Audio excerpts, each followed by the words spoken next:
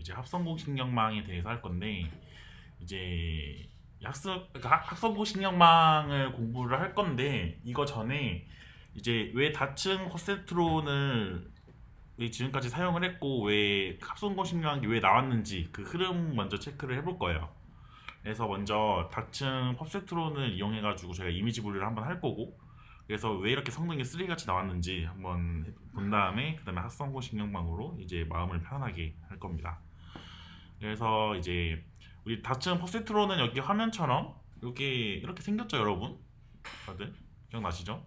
이렇게 이제 인풋으로 이미지가 들어가고 그 다음에 은닉충으로 이제 데이터들의 특징을 학습을 하고 맨 마지막에 이제 아웃풋으로 해가지고 예측하는 걸로 해서 이미지 처리 파이프라인이 이제 이 신경망으로 이제 3단계, 2단계랑 3단계, 4단계가 해결되는 거를 볼 수가 있었습니다.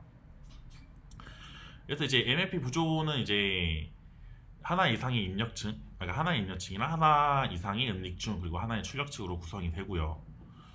그래서 이번에는 이제 구체적으로 어떤 태스크를 할 거냐면 우리가 nlist라고 하는 데이터셋으로 이미지를 이제 분류를 할 거예요. 이 다층 퍼센트론을 가지고. 근데 nlist가 뭐냐면 이제 손글씨 데이터거든요. 그래서 이거가 이제 7만 장이 있는데 그래서 학습 데이터를 6만 장 쓰고 테스트 데이터로 이제 10,000장 이렇게 써서 이제 측정을 보게 될 겁니다. 그래서 이제 nlist는 뭐 이제 화면처럼 생겼어요. 이렇게 글씨 모양 이렇게 생겼고요. 근데 보시면 이제 사람이 보기에도 헷갈리는 게 좀 있을 수도 있어요. 그래서 그런 거는 이제 보통 그 모델도 헷갈릴 정도로 복잡하게 쓴 그런 모양들도 있는데 아무튼 이런 것들을 이제 0부터 9까지 분류를 하는 모델을 만들려고 합니다. 그래서 저희가 입력층부터 좀 살펴보면요, 우리가 이 데이터셋에 있는 데이터 하나 딱 3이라고 써져 있는 거 하나 가져왔어요. 네, 가져왔는데 지금 보시면 이제 데이터 크기가 이미지 크기가 28 곱하기 28이죠. 이 28 곱하기 28은 이제 픽셀 가로 세로예요. 그래서 이제 총 픽셀 수는 784개입니다. 그래가지고 뭐 이거를 뭐 오른쪽 이렇게 그림 보면 뭐 이런 식으로 숫자가 채워지면서 이러한 행렬이 이제 인풋으로 들어간다라고 이해하시면 돼요. 근데 이제 여러분 NLP가 이제 다층 퍼센트론 모양을 보면 입력층 보면 이제 모양이 1차원 벡터만 입력받을 수 있죠, 여러분. 이 부분 이해되죠? 왜냐면 지금 여기 보면 지금 인풋 피처스 보면 여기 1차원으로밖에 입력을 못 받잖아요, 이 부분. 근데 이미지는 2차원이에요. 그래가지고 이거를 어떻게 해야 되는지를 이제 얘기를 해야 되는데 그걸 어떻게 하냐면 그냥 간단하게 이 2차원인 데이터를 그냥 한 줄로 쫙 풀어버려요. 이거를 플래튼이라고 하거든요. 플래튼이. 그래가지고 이 XY 이런 이미지 데이터 2차원 행렬이죠. 이거를 지금 여기 보면 이 공식인데 뭐 그냥 뭐 너무 당연한 공식이에요. 그냥 이 행 하나하나를 그냥 연결해가지고 콘캣해가지고 그냥 이렇게 연결해서 그냥 하나의 한 줄에 그냥 벡터로 만들어버린 겁니다. 뭐 어렵지 않죠, 여러분? 그래서 이거를 이제 다층 퍼센트론의 입력층에다가 이제 갖다 넣는 거죠. 그러면 지금 이 x는 이 사례에서는요, 여러분, 이 x는 원소가 몇 개입니까? 이 사례에서 그쵸? 20초 곱하기 28이니까 784개 있는 거예요, 이 원소가. 당연하죠, 여러분? 그러면 입력층, 그러니까 다층 퍼센트론에 적용을 하려고 하면 다층 퍼센트론의 입력층에 있는 노드 수는 몇 개여야 됩니까?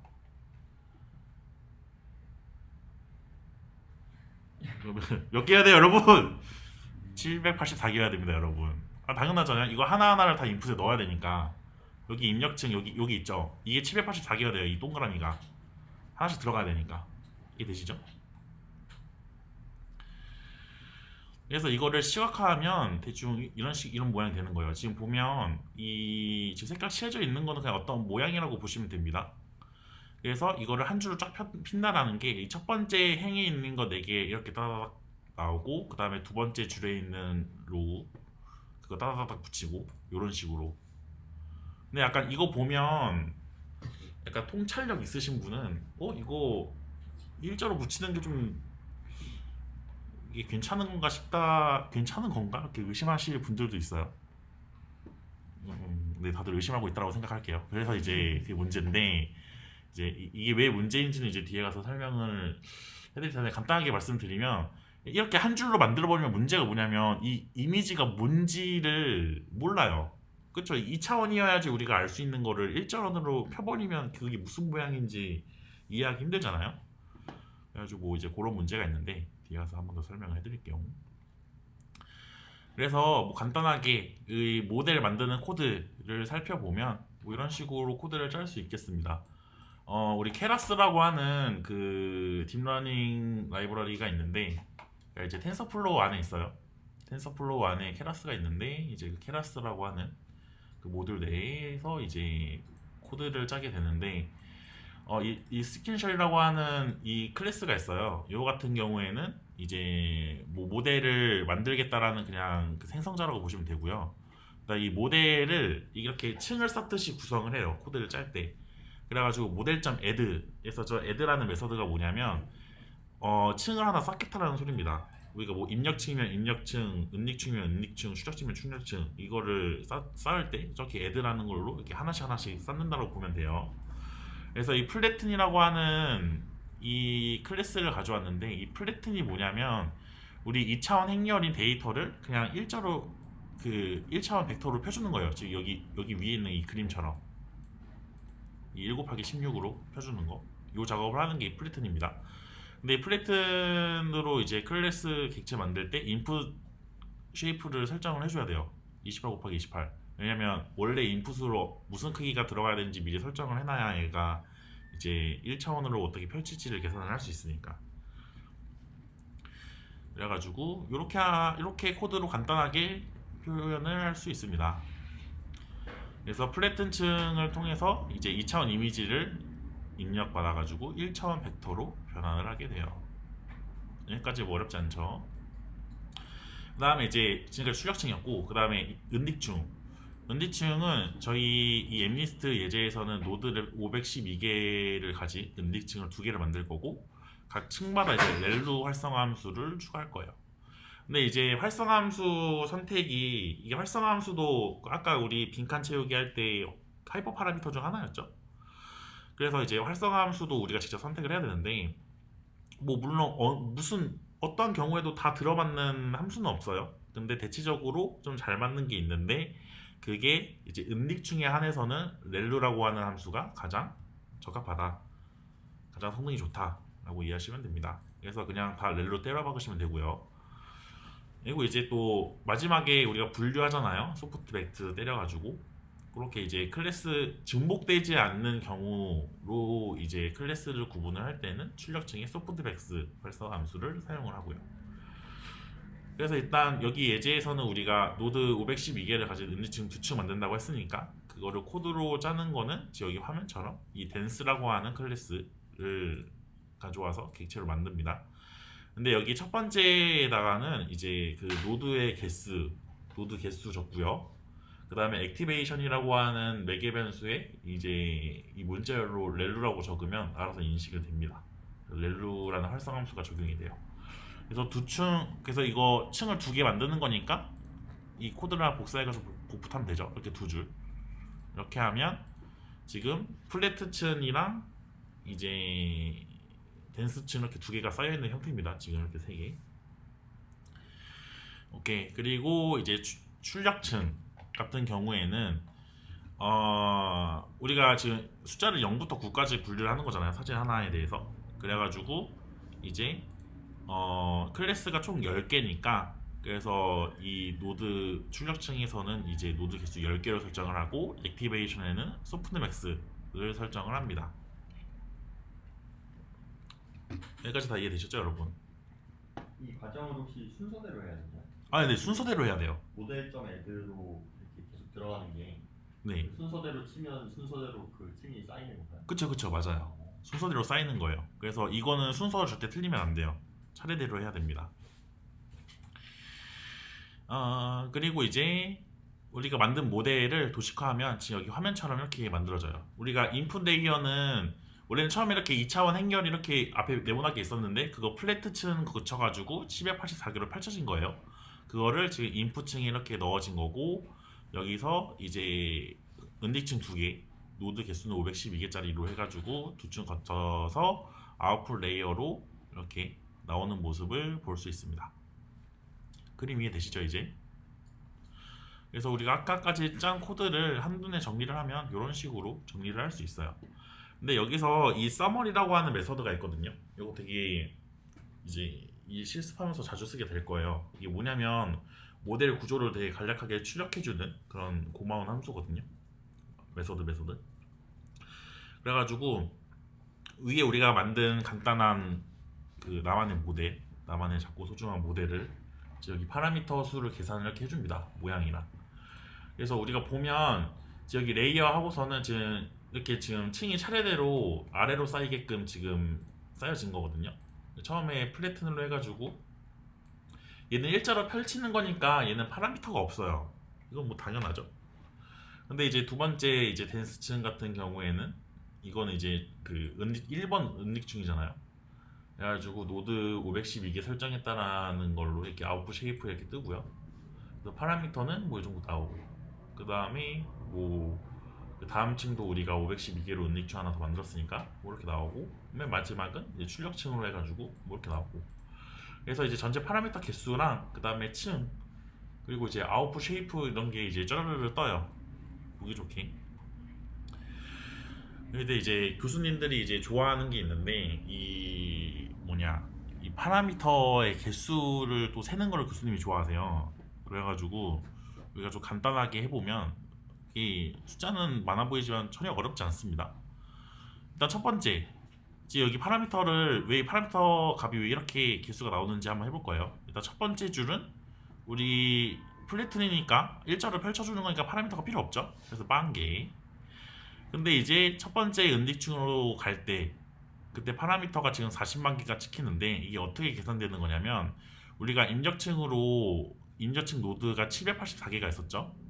그 다음에 그게 이제 풀리 커넥티드 레이어로 은닉층이 하나 만들어졌잖아요. 그래서 784개 곱하기 512개가 되는 거예요. 이해되시나요?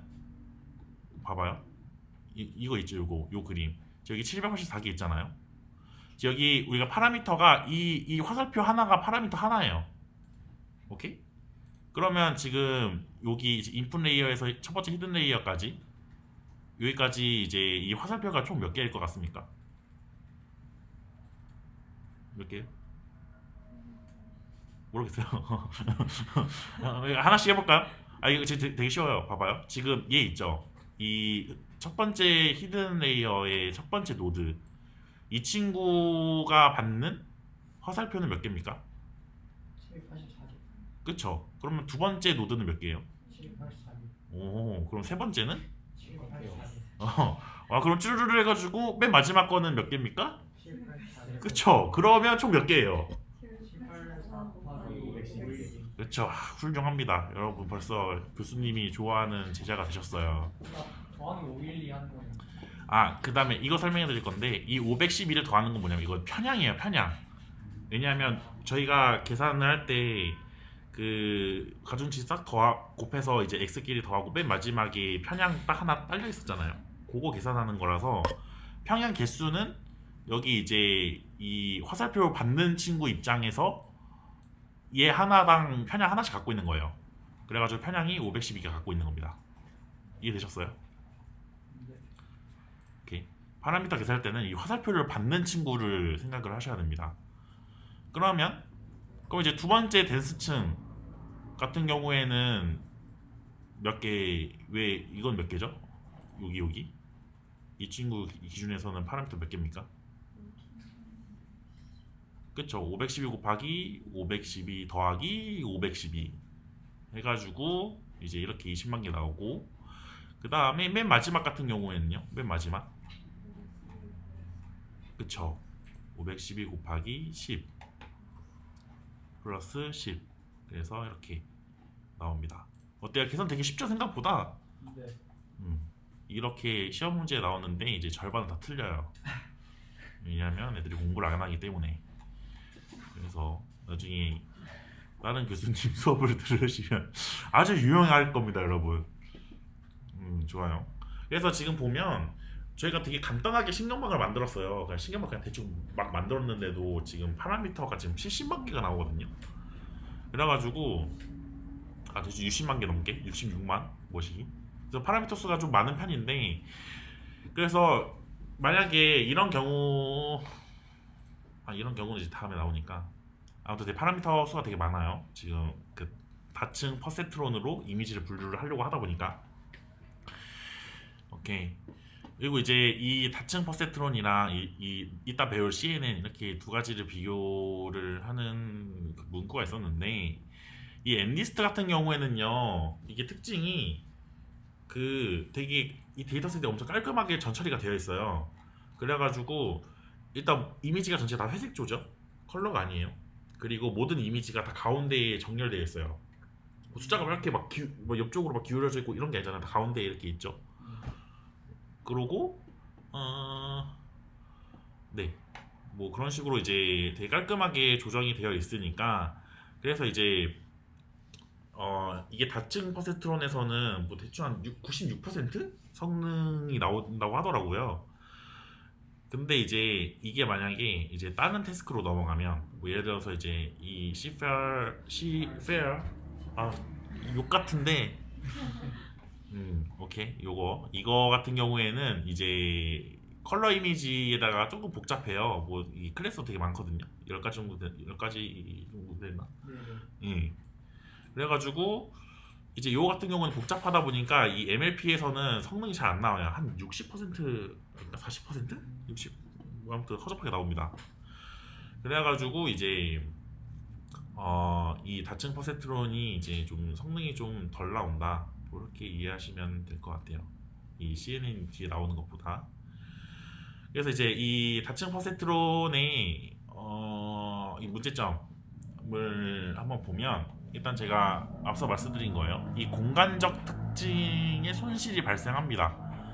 뭐냐면 이게 2차원을 1차원으로 그냥 쫙 펼쳐버리니까 이 2차원의 특성을 못 살리는 거예요. 이해되시죠? 그래가지고 지금 이 화면에 나온 게 예시인데, 이렇게 정사각형을 인식하는 뭐 그런 데이터, 그런 모델이에요. 근데 얘를 일자로 풀어버리면 지금 인풋 벡터가 이렇게 생겨버려요. 그래서 이제 이걸로 이제 학습을 시키면 지금 아래 이 두 가지 사례에 대해서 얘가 패턴을 인식을 못하는 겁니다. 왜냐하면 정사각형이라는 패턴을 인식을 못했기 때문이죠. 왜냐면 지금 이렇게 1차원으로 풀어버린 이상 얘를 통해서 이 정사각형 패턴을 인식하기는 힘드니까. 그래가지고 이런 공간적인 이제 2차원적인 특성이 이제 사라지는 문제가 발생을 하고요. 그래서 이제 저자가 말하는 걸로는 이제 신경망이 이미지를 구성하는 픽셀 간의 관계를 이제 알 수 있어야 되는데 1차원으로 풀어버리면 이제 그거를 알기가 힘들게 되는 거죠. 그리고 그래서 이제 CNN이라는 기법은요, 지금 이 화면 보시는 것처럼 이 고양이라는 사진이 있으면 이 고양이 사진으로 이제 이런 각각의 이런 패턴들을 학습을 합니다. 그리고 이런 패턴들을 가지고 또 이제 좀 더 구체적인 추상적인 패턴들이 또 학습이 되고, 또 그런 거를 통해서 최종적으로 얘가 고양이인지 아닌지 판단을 하게 되는데, 이런 것도 지금 1차원으로 풀어버리면 뭐 알 수가 없는 것들이에요. 그래가지고 공간적인 특징이 이제 사라진다라는 게 그런 뜻이고요. 그 다음에 이제 이 풀리 커넥티드 레이어도 문제가 있어요.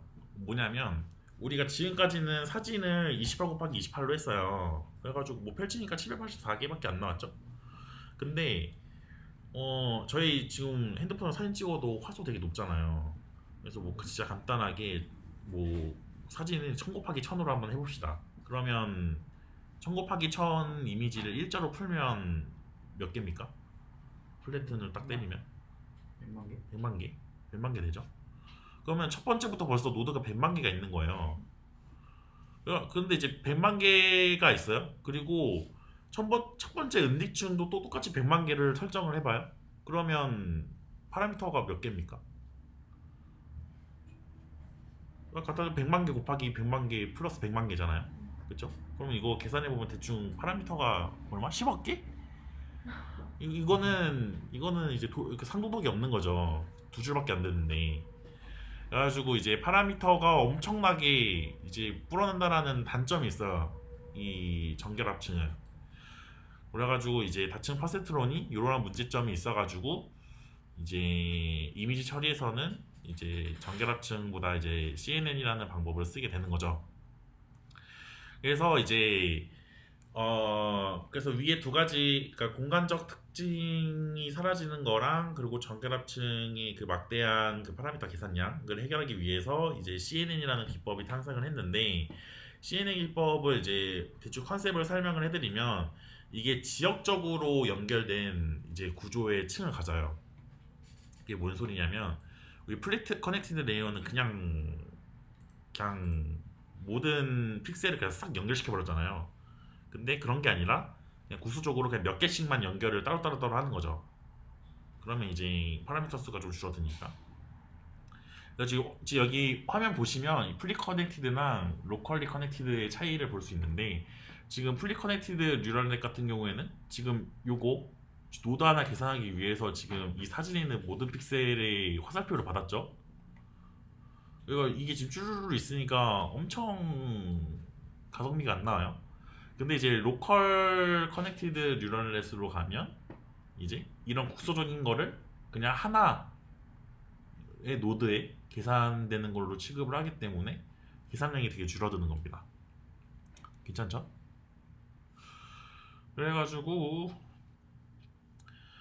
그래서 이제 일단은 정결합층보다 파라미터 수가 훨씬 적어요, CNN이. 그리고 이제 CNN 같은 경우에는 또 이제 2차원 이미지 행렬을 그대로 입력받아요. 안 펼치고. 그래서 이제 픽셀 값에 숨겨져 있는 그런 패턴들을 인식할 수 있습니다. 그러니까 2차원적인 특징을 이제 학습을 할 수 있다는 거죠. 그래서 지금 제가 그림을 하나 가져온 건데, 이제 신경망이 이제 이런 식으로, 합성고신경이 이런 식으로 움직인다고 보면 돼요. 지금 보시면 지금 이렇게 아래층 첫 번째 층이 이렇게 3 곱하기 3으로 해가지고 이제 이렇게 3 곱하기 3으로 원래 이미지를 계산을 한 다음에 그 값이 이제 여기 픽셀 하나에 들어가는 거예요. 그래가지고 픽셀들이 지금 값들 계산돼가지고 이렇게 채워져 있는 거죠. 그래서 이런 컨셉으로 이제 진행을 하게 됩니다. 그래서 우리가 그 컴퓨터 비전 파이프라인에서 이 CNN 같은 경우에는 이 세 번째 이 피처 익스트랙션 부분에서 CNN이 이제 사용이 됩니다. 그래서 이제 MLP 같은 경우에는 특징 추출 단계에서 되게 제대로 못했는데, 이제 CNN에서는 이제 특징 추출이 잘 되니까 이제 거기에서 써먹겠다 이 소리예요. 그래서 이제 CNN의 좀 추상적인 구조를 살펴보면 뭐 이제 화면처럼 이렇게 인풋 레이어로 이제 인풋을 이렇게 2차원으로 받아요. 이 받은 다음에 이제 피처 맵이라고 하는 걸로 이렇게 쭈르르르 생겨나고요. 그 다음에 요걸로 이제 또 CNN 기법으로 계속 쭈르르 계산이 된 다음에 맨 마지막에 펼쳐져서 이렇게 그 정결합층을 거쳐서 최종적으로 이게 3이냐 7이냐 둘 중 하나를 하는 그런 프레딕션을 하게 되는 뭐 구조를 지금 사진으로 볼 수 있고요. 그래서 여기 같은 경우에는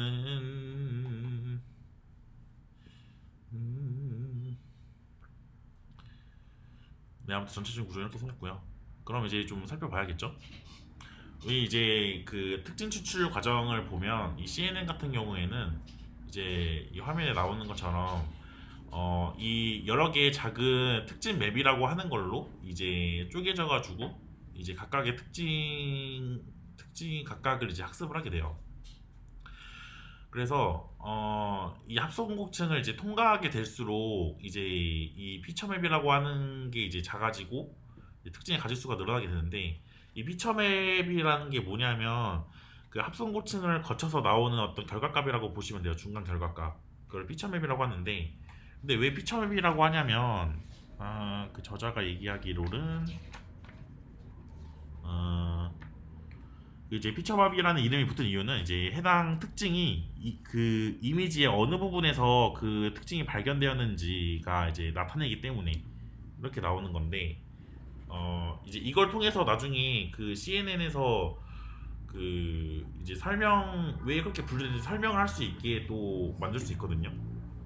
뭐 그거는 이제 저희 아마 세션이 다 끝날 때쯤에 하게 될 것 같은데, 아무튼 그런 특징이 있습니다. 그래서 피처맵이라고 부르고, 뭐 아니면 네, 이제 피처맵이라고 불러요.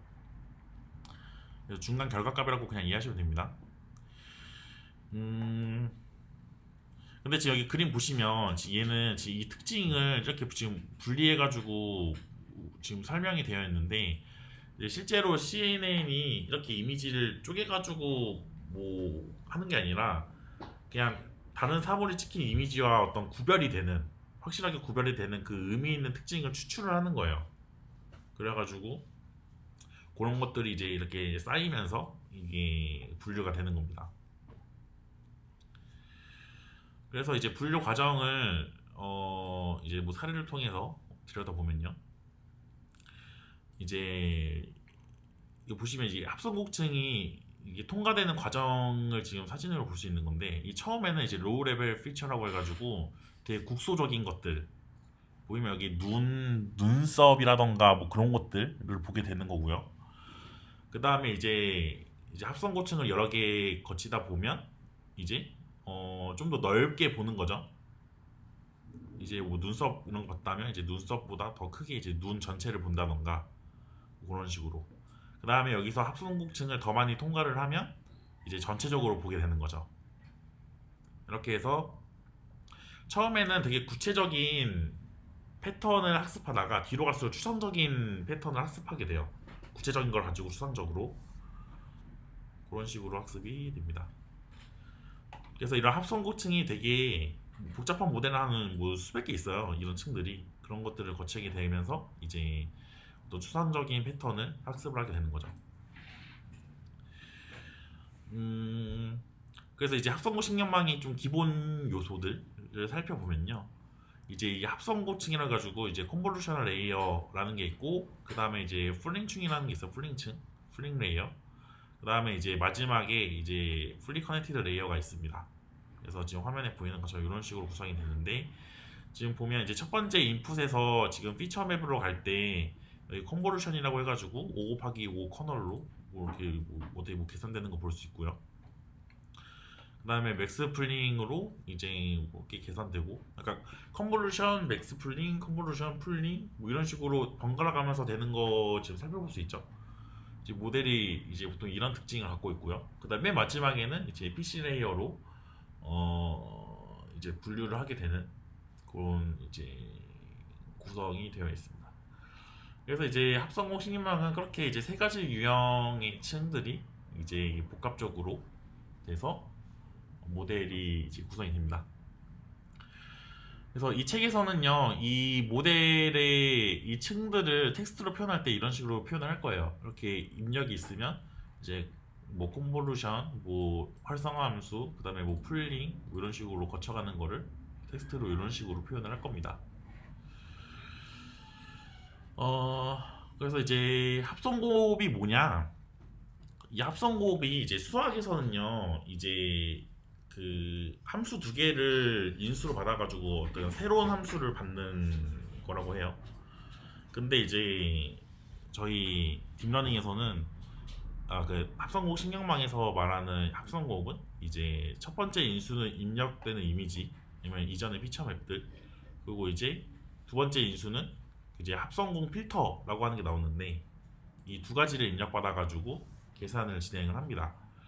그래서 지금 여기 사진을 보면 여기 가운데에 있는 여기 3 곱하기 3짜리 있잖아요. 요게 지금 그 필터예요, 필터. 그래가지고 요게 이 사진 위를 이렇게 하나씩 움직이면서 이렇게 픽셀 하나를 계산을 하게 됩니다.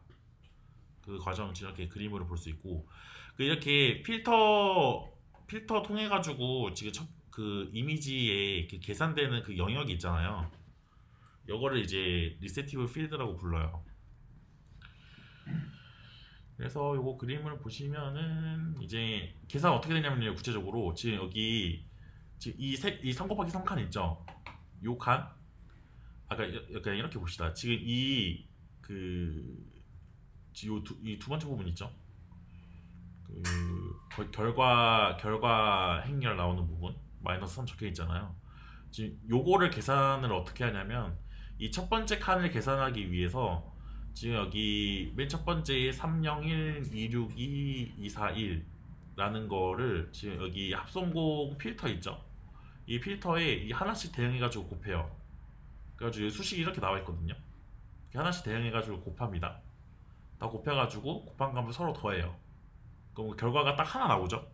그럼 그게 여기 결과에 이 픽셀 딱 하나 차지하게 되는 거예요. 이해되시죠? 네. 오케이. 이런 식으로 계산이 되는 겁니다. 그리고 두 번째 계산할 때는 여기 015, 624, 410 곱하기 이제 요거 필터 해가지고 이렇게 쭉 계산이 돼가지고 이게 2000 하나가 나오겠죠? 이렇게 하는 겁니다.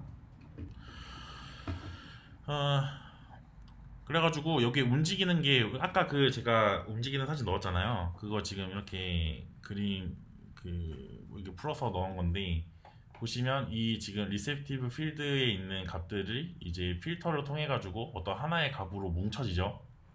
그래가지고 그 작업을 쭈르르 하는 거예요. 그래가지고 이제 이렇게 행렬이 하나 툭 튀어나오는 거 볼 수 있는데 이 행렬을 이제 특징 맵이라고 불러요. 그 피처 맵 이해되시죠?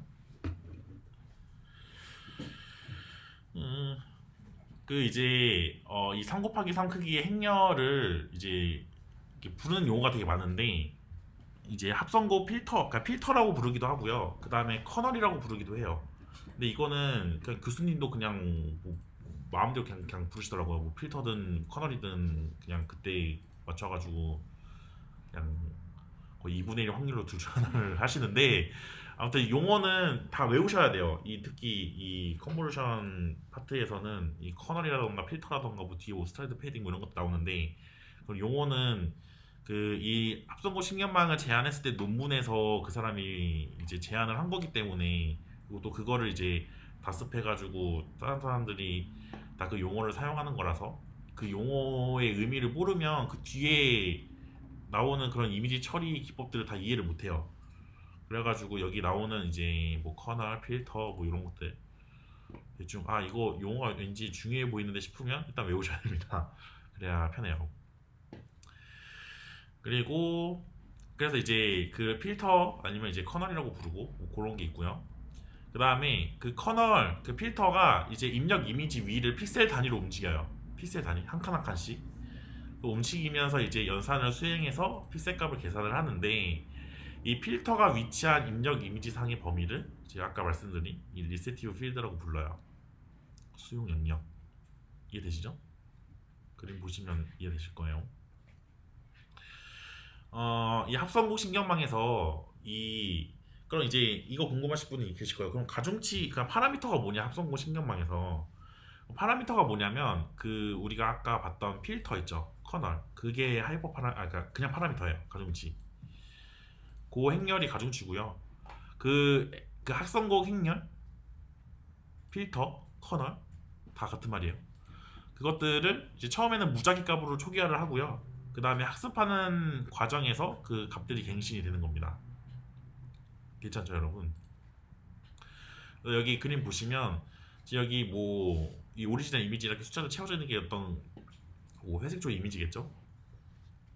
그래서 이 이미지에서 이제 이 3 곱하기 3짜리 커널이 이렇게 한 칸 한 칸 움직이면서 이제 여기 이 피처 맵을 채워 넣는 거예요, 결과값을.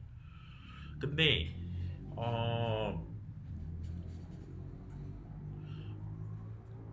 여러분들 이 커널의 숫자 있잖아요. 이 숫자가 이 이미지를 훑고 지나갈 때 이 커널 숫자가 바뀔까요, 안 바뀔까요? 안 바뀌어요. 네, 안 바뀝니다. 둘 중 하나죠. 바뀌나 안 바뀌나. 둘 중 하나 아닙니까, 여러분? 안 바뀝니다. 그러니까 제가 이거를 말한 이유는요. 제가 이제 처음에 합성고 신경방을 정말 그냥 개같이 공부를 해가지고 이 숫자가 바뀌는 건 줄 알았어요. 그래가지고 어이씨 이걸 어떻게 다 계산을 하고 있지? 이 생각을 했었는데 아무튼 저 같은 뻘짓 생각을 하시는 분들이 혹여라도 있을까봐 제가 그냥 말씀드린 거예요. 이 숫자는 바뀌는 게 아닙니다. 이게 안 바뀐다라는 게 이 스트라이드로 이동할 때 이 픽셀 값들 이렇게 이동을 하면서 계산을 할 때 이 숫자가 안 바뀌는 거지.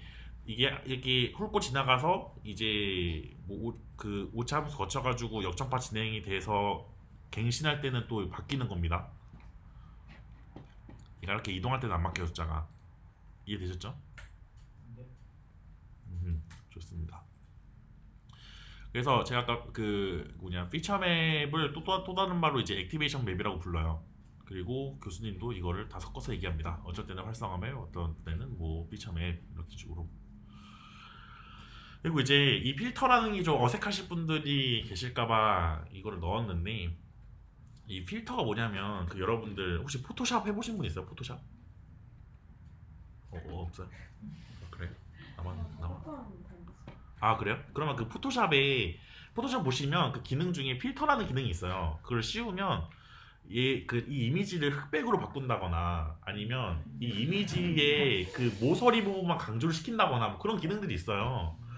그래가지고 그런 기능들을 하는 게 이런 필터들로 계산을 해가지고 나온 결과값이 이제 그렇게 계산이 되는 거거든요. 그 필터들이. 그래서 이제 어떤 경우가 있냐면 요런 값을 가진 3 곱하기 3 필터가 있습니다. 요거를 이 이미지에다가 이 필터 때려버리면 요런 식으로 이 모서리가 강조되는 결과값으로 바뀔 수 있어요. 그러면 지금 보시면 이렇게 어떠한 필터로 계산을 하니까 어떤 특징 같은 게 강조가 되죠 지금. 그렇죠 여러분? 그래가지고 원래 이제 고전적인 머신러닝 알고리즘에서는 이러한 필터를 우리가 사람이 직접 찾아야 했어요. 사람이 직접 찾아가지고 뭐 0, -1, 0, -1, 4, -1 요거는 이제 이 모서리를 강조해주는 그런 필터다 뭐 이러고 아니면 이제 수평 아니면 수직을 찾아주는 그런 필터들도 있어요. 그런 것들로 이제 뭐 수직 수평 찾아주고 이제 그런 것들을 이제 고전적인 머신러닝 알고리즘에서는 다 사람이 찾아야 되는데 딥러닝에서는 이러한 필터를 딥러닝이 알아서 찾아준다라는 거예요. 그게 핵심입니다. 이해되셨나요? 이 필터를 이제 머신러닝 딥러닝이 알아서 찾아주는 거예요. 특히 CNN이. 그래가지고 편하다가 이제 핵심이고요. 아무튼 이 커널 이제 K라고 보통 부르는데 이 K를 입력 이미지 이제 F라는 함수랑 이제 합성공 연산을 수행을 해가지고 이제 이런 피처 맵들이 튀어나오게 되는 거죠.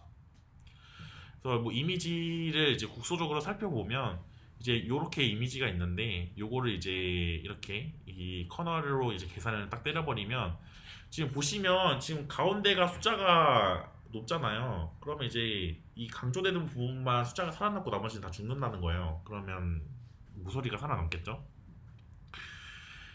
이제 뭐 그런 식으로 계산을 하게 되는데 이제 필터라는 의미가 이런 거고 그래서 이제 딥러닝 CNN에서는 이러한 필터 값들을 자동으로 찾아서 우리가 맞는 태스크에 맞게 자동으로 학습이 된다라는 아주 신기한 겁니다. 그렇고요.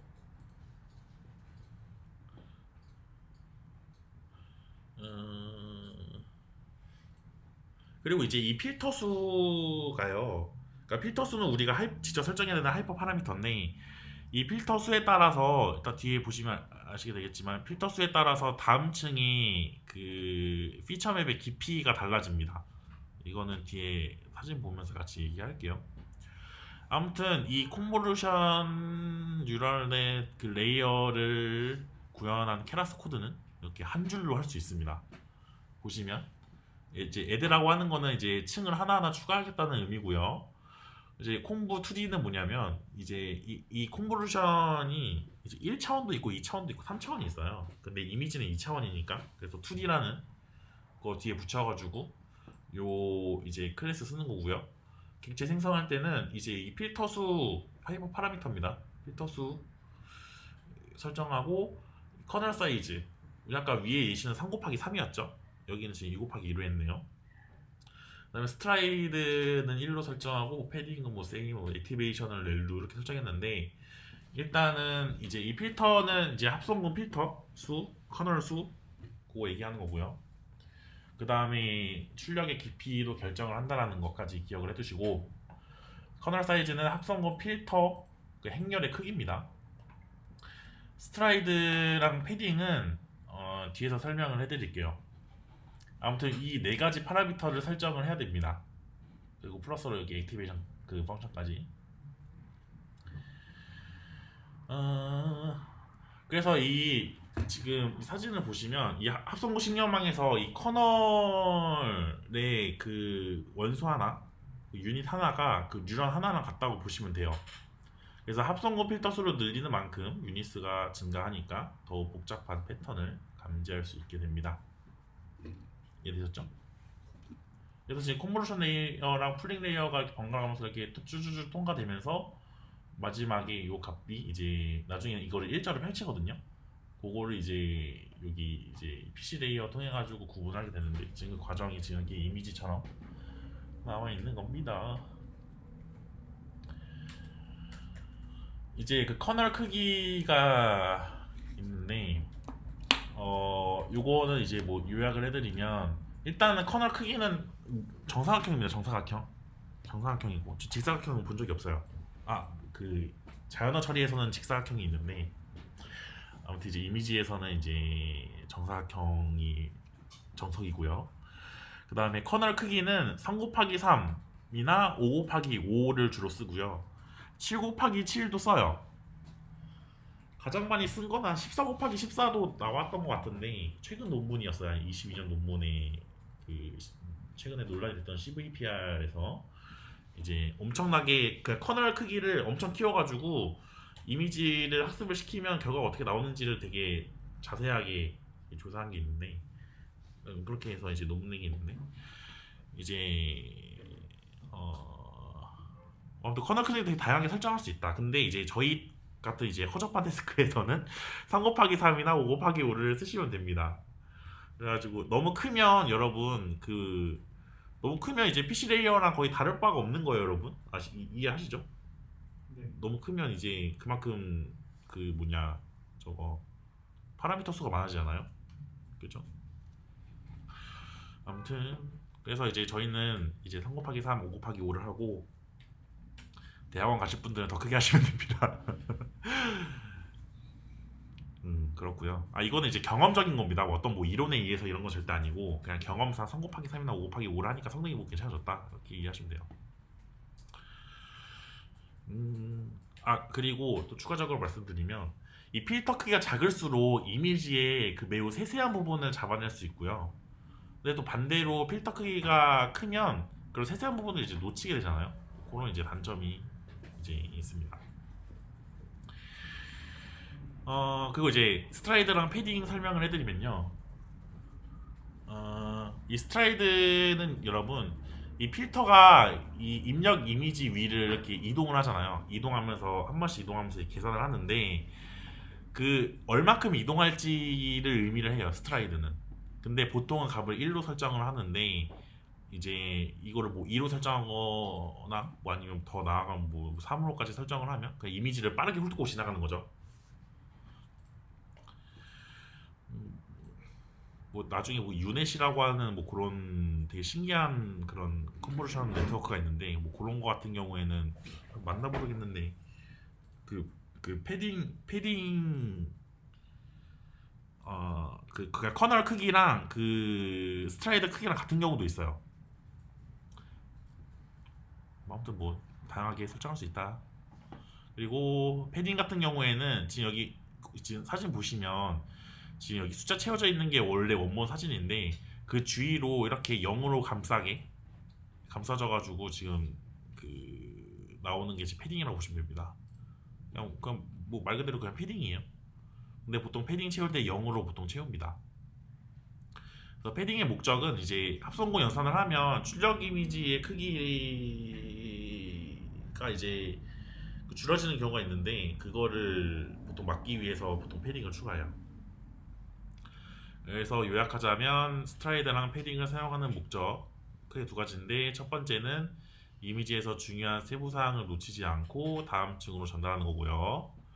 나머지 하나는 이미지의 공간적 정보를 계산하는 부하를 적절히 감소시키는 겁니다. 하이퍼 파라미터 감소시키는 거죠. 그다음에 풀링층이랑 서브샘플링이 있는데, 그러니까 이 풀링층이랑 서브샘플링이랑 같은 말입니다. 뭐냐면 이게 이제 다음 층으로 전달되는 파라미터 수를 감소시키려는 방법이에요. 그래서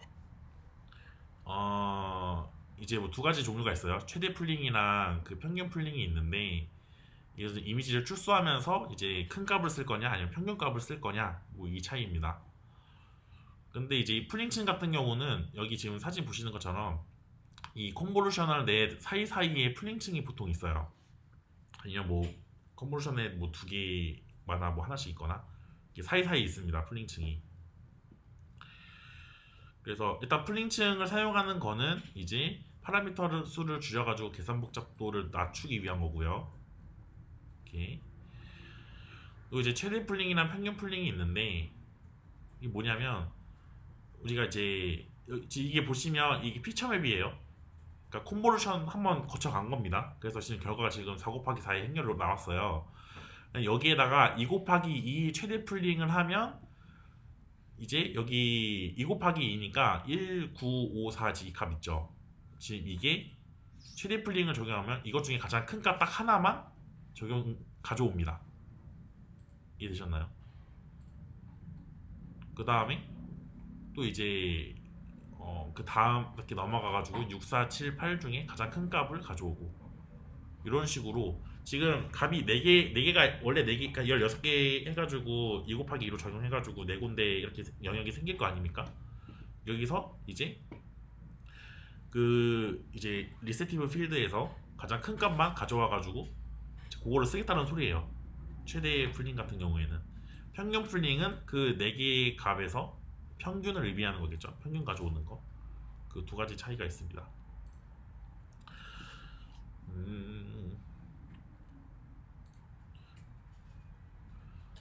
그래서 이제 요런 레이어가 있으면 여기에 이제 풀링 레이어 적용을 하면 결과값이 이렇게 나오는데, 지금 풀링을 때려버리니까 지금 크기가 어떻게 됐어요? 따라가죠. 그쵸? 크기 작아졌죠, 여러분? 네.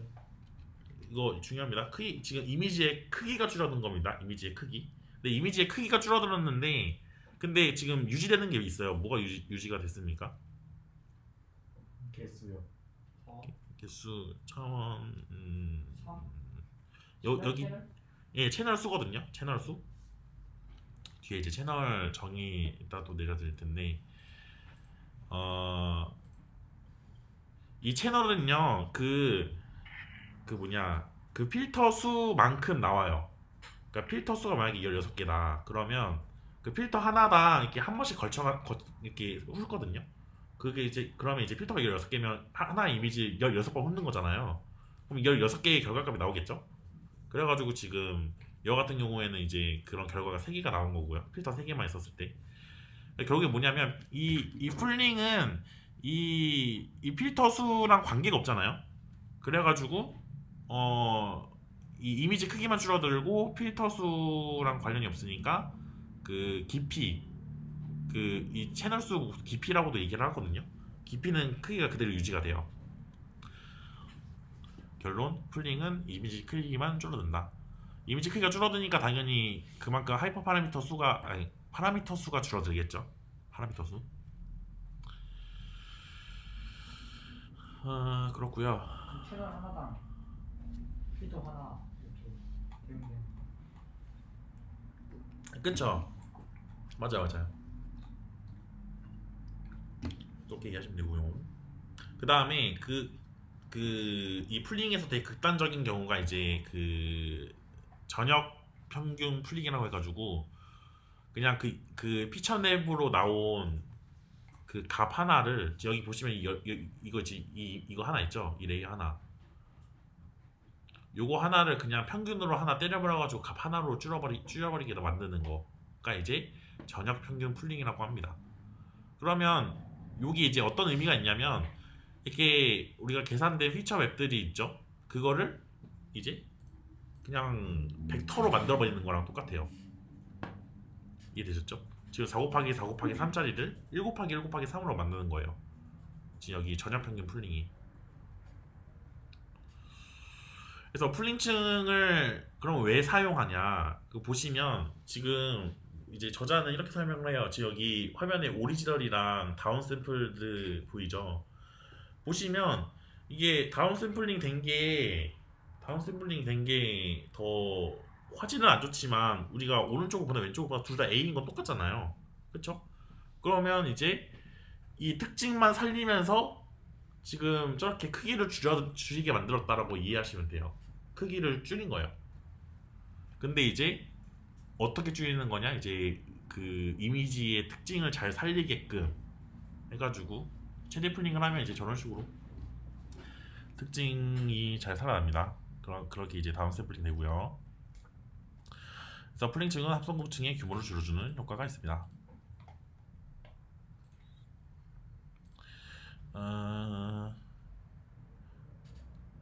뭐 이건 뭐 이제 뭐 썰처럼 듣고 가시면 되는데, 그러니까 이제 풀링이나 스트라이드는 이제 사용하는 이유가 이제 신경방의 파라미터 수를 줄이기 위해서거든요. 근데 이제 이 스트라이드랑 패딩을 잘 조절하면 이 풀링이 필요가 없다라고 주장하는 학자들도 있어요.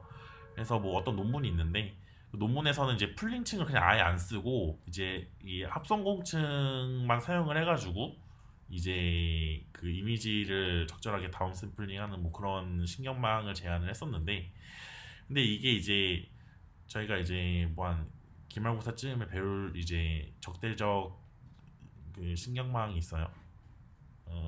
적대적 까먹었네. 아무튼 겐이라고 하는 게 있는데요, 여러분. 겐이라고 하는 생성 모델이 있어요. 그래서 이런 거를 생성 모델을 쓸 때 이제 풀링층을 배제하는 방법이 효과적이라고 합니다. 이 생성 모델 뭐 간단하게 말씀드리면, 우리 지금 요즘 좀 핫한 게 막 텍스트로 입력을 하면 이미지 뽑아내 주는 거 있죠. 그런 게 이제 생성 모델이라고 보시면 돼요. 이미지 그 텍스트만 줬는데 이미지 생성하잖아요. 그런 거. 그래서 생성 모델, 제너레이티브 모델이라고 부르고요. 아무튼 합성곡층이랑 풀링층의 이제 코드 살펴보면, 우리 합성곡층 아까 코드 살펴봤죠. 이렇게 이 패딩 세임이라고 하는 건 뭐냐면 여러분, 그 이전 층의 그 결과값이랑 크기를 똑같게 패딩을 적절하게 설정해달라는 소리예요. 그래서 이 패딩 뭐 보통 1, 2로 설정을 하면 이제 그 원래 그 인풋 이미지에 맞게 그 차원수가 설정이 되거든요. 그러니까 이제 뭐 28 곱하기 28짜리 뭐 이미지가 들어오면 그 이미지 크기를 계속 살리면서 컨볼루션을 하겠다는 소리예요. 근데 그렇게 하려면 이제 패딩이 적절하게 이제 붙여져야 되니까. 그리고 이제 풀링층 같은 경우에는 이 맥스 풀링 2D라고 하는 이 객체 사용합니다. 그래서 이 풀링 사이즈 설정하고 그다음 스트라이드 얼마큼 할지 설정을 이렇게 합니다. 이렇게 해서 이제 풀링층이랑 그러니까 컨볼루션이랑 풀링층 이렇게 번갈아 가면서 만들어요. 모델 구현할 때.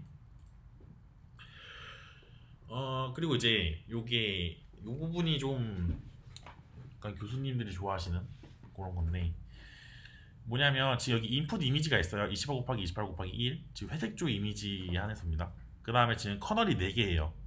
그러면 결과값이 깜짝이야, 제 CD가 작동해서. 아무튼 지금 커널에 4개 있으니까 결과값이 어떻게 나오냐면 지금 28 곱하기 28 곱하기 4의 형태로 지금 나오는 겁니다. 이해되시죠? 커널 4개니까 그만큼 깊이가 만들어지는 거예요. 그 다음에 이제 커널이 거기에다가 이제 12개 만들면 이제 그 숫자만큼 지금 커널이 지금 생성되는 거 볼 수 있습니다. 그래서 28 곱하기 28 곱하기 12짜리가 만들어지는 거예요. 풀링 같은 경우에는 지금 위에는 이제 컨볼루션이고, 풀링은 지금 보시면 지금 이미지 크기가 계속 쭉 줄어들죠, 여러분. 이렇게. 그래서 아까 제가 강조해드렸던 게 뭐냐면, 컨볼루션은 그 이미지 크기를 살릴 수 있어요, 패딩만 적절하게 하면. 근데 풀링 같은 경우에는 그 이미지 크기를 줄인다는 거, 대신에 깊이는 유지가 되면서. 그래서 이제 풀링층이랑 콘보루션층을 이제 번갈아가면서 이제 통과하면 원래 이 이미지가 이런 식으로 좀 이렇게 뭐라고 해야 될까? 양갱처럼 식상하게 그거밖에 생각이 안 나요. 막대기처럼 이렇게 지금 여기 지금 이렇게 종이가 지금 이런 식으로 막대기처럼 생긴다고 이렇게 이해하시면 될 것 같아요. 진짜 이런 모양으로 돼요. 이렇게 계산 과정을 보면. 그래서 지금까지가 이제 그 특징 추출 단계였고, 그 다음에 정결합층이 뭐냐면 정결합층이 맨 마지막에 달려 있거든요. 지금 보시면 지금 요게 지금 5 곱하기 5 곱하기 40이 뭐냐면 이게 지금 그 컨볼루션이나 풀링층 번갈아가면서 나온 어떤 결과라고 보시면 돼요. 요거를 일자로 펼쳐요. 펼쳐가지고 이제 요거를 정결합층으로 통과를 시켜서 이제 분류를 하게 됩니다. 이런 식으로. 그렇고요. 그래서 이 특징 추출한 특징을 1차원으로 변환을 해서 이제 닫힌 퍼센트론에 갖다 넣어서 이미지를 최종적으로 분류를 하게 됩니다. 그래서 이제 요거 지금까지 이제 그 얘기한 거를 그 코드로 옮기면 이제 이런 식으로 코드를 짤 수가 있는데 뭐 보시면 지금 그 모델을 만들 때는 처음에 이 시킨셜 객체 만들어야 되고요. 그 다음에 이제 이 add라는 거 통해 가지고 지금 층층이를 쌓는 겁니다. 쌓을 때 이제 콤보누셔널 하나 썼는데 커널 수가 32개예요. 커널 수 32개고 커널 사이즈가 3 곱하기 3입니다. 그 다음에 스트라이드는 1, 그러니까 한 칸씩 옮기시겠다는 거고, 패딩은 세임으로 하니까 이제 그 입력이랑 이미지 크기 같게 피처맵 크게 만든다는 거고, 액티베이션을 렐로 쓰겠다는 거고, 인풋 사이즈를 맨 처음에 설정을 해요. 그래가지고 28 곱하기 28 곱하기 1을 인풋으로 해가지고 얘를 통과시킵니다. 그러면 이제 여기 여러분 이 첫 번째 컨볼루셔널을 통과를 하면 아웃풋의 아웃풋인 이제 피처맵의 크기는 어떻게 됩니까? 크기 얼마예요? 28 빼기 3 더하기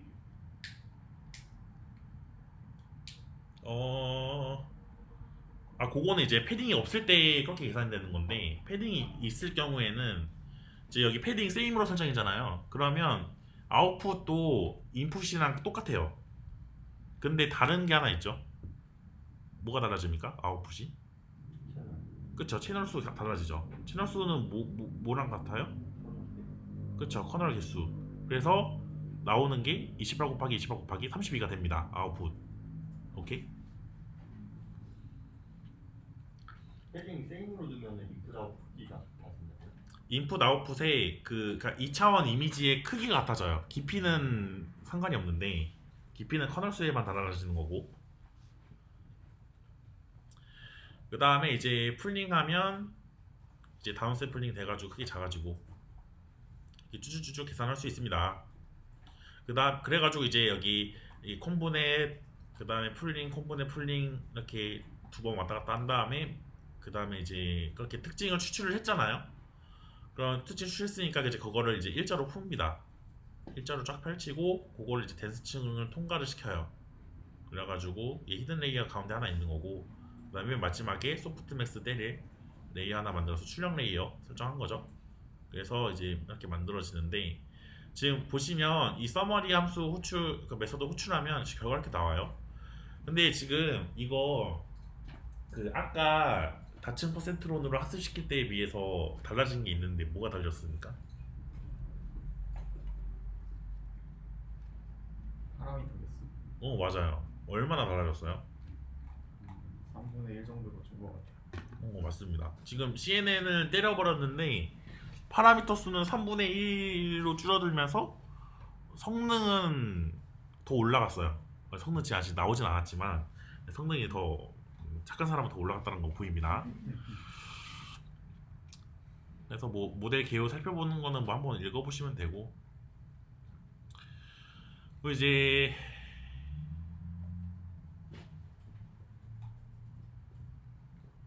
실습도 해야 되는데 진짜 X대네 진짜. 갑자기 골 때리네요 여러분. 나 최대한 설명을 해드릴게요. 왜냐면 원래 이게 다른 장이면 그냥 대충 하겠는데 이게 지금 합성신경망이 다른 거 모델의 근간이 되는 거라서 제가 좀 꼼꼼하게 말씀드리는 거예요. 그래서 일단 파라미터 잠깐 살펴보면 이제 저희 퀴즈에서도 나왔죠. 파라미터 가중치를 나타내는 거고, 그리고 이제 신경망이 학습해야 될 대상이죠. 그래서 신경망은 이제 경사관법이나 역적파 알고리즘을 통해 가지고 온차 함수값이 최소가 되도록 가중치가 수정이 됩니다. 근데 이제 이 하이퍼 파라미터 수 계산하는 방법이 있어요. 하이퍼 파라미터 그냥 파라미터 그 뭐냐, 아까 전결합층에서는 우리가 그냥 계산할 수 있었잖아요. 그 화살표가 가중치 개수잖아요. 근데 지금 CNN 같은 경우에는 그 좀 계산이 복잡해요. 근데 그 복잡해봐야 이제 이 공식만큼 복잡합니다. 그래서 뭐 계산하는 방법은 필터수 곱하기 커널 크기 곱하기 이전층의 출력의 깊이 더하기 필터수인데, 근데 뭐 지금 복잡해 보이지만 생각보다 안 복잡해요. 필터수는 우리가 아까 위에 예제에서는 처음에는 32개였죠. 커널 필터수가 32 곱하기 커널 크기는 보통 3 곱하기 3 쓰거든요. 그럼 3 곱하기 3 이전층의 출력의 깊이, 이전층이 만약에 회색 조였으면 층이 하나니까 하나밖에 없는 1인 거고, 그리고 이제 그리고 그 다음이면 그때 필터 수만큼 출력의 깊이가 있겠죠. 그거 곱하고 맨 마지막에 그냥 필터 개수 필량 때문에. 되게 간단합니다. 그리고 이게 제 딥러닝 시험 문제에 나왔었고 저는 개같이 틀렸습니다. 이 공식을 제대로 공부를 했어야 되는데 아무튼 후회가 되네요. 아무튼 뭐 교수님들이 좋아하는 그런 시험 문제 중 단골 문제라고 보시면 되고요. 그리고 이 모델 서머리 보시면 이 트레이너블이나 넌 트레이너블 이렇게 두 가지가 나눠져 있는데, 근데 보통 다 넌 트레이너블이 이제 보통 빵개일 거예요. 이 넌 트레이너블이 뭐냐면 이제 우리가 이제 사전 학습이라고 해가지고 트랜스퍼 러닝이라는 걸 배울 텐데, 그게 뭐냐면 어떤 데이터셋으로 미리 학습을 시킨 거예요. 미리 학습을 시키고 그 다음에 그 모델을 가져와 가지고 살짝 변형한 다음에 우리 태스크에 맞게 다시 학습을 조금 시켜가지고 써먹는 방법인데, 이제 그 방법 중에서 이제 기존에 그 학습을 미리 시켰던 거로 이제 파라미터가 결정이 됐을 거 아닙니까, 값들이. 그거를 이제 고정을 시킬 때가 있어요. 그래가지고 그럴 때 이제 넌 트레이너블 파람 개수가 표현이 되는데, 저희는 지금 사전학습 단계가 아니니까 빵개가 나오는 거고, 아무튼 뭐 그런 의미입니다. 이 넌 트레이너블 파람스라는 항목이. 그 다음에 거의 이제 되게 중요한 게 하나 나왔는데, 드롭아웃이라는 게 나와요. 이게 뭐냐면 과대적합을 방지하기 위해서 나온 기법이거든요.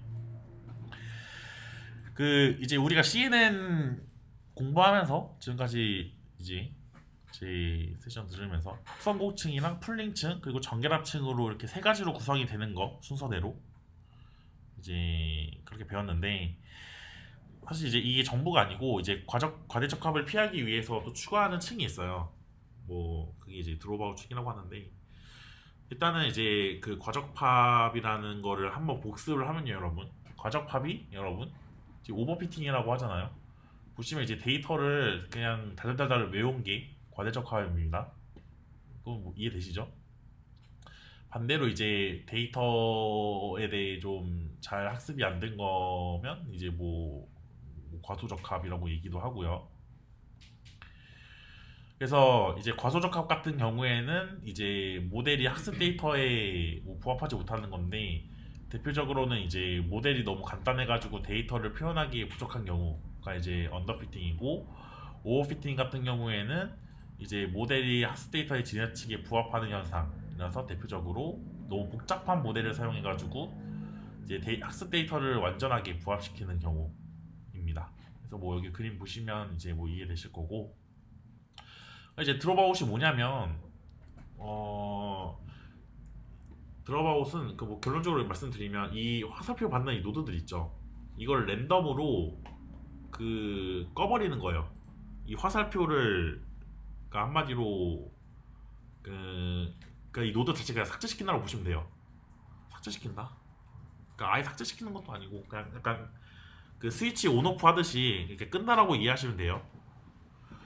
그래가지고 드롭아웃 적용하면 이제 오른쪽처럼 이렇게 노드가 죽으면서 지금 화살표가 되게 많아져야 되는데 지금 되게 줄어졌죠, 여러분?